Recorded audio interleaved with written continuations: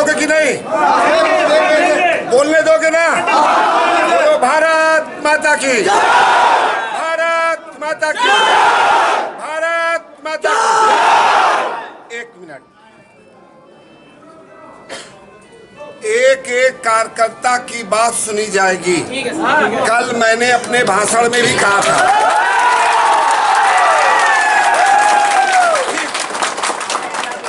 मैं आपके उत्साह को समझता हूं, क्योंकि लंबे समय तक यहाँ प्रभारी नहीं थे। आप प्रभारी आए हैं, आप मिलना चाहते हैं, अपनी बात कहना चाहते हैं, सभी की सुनी जाएगी।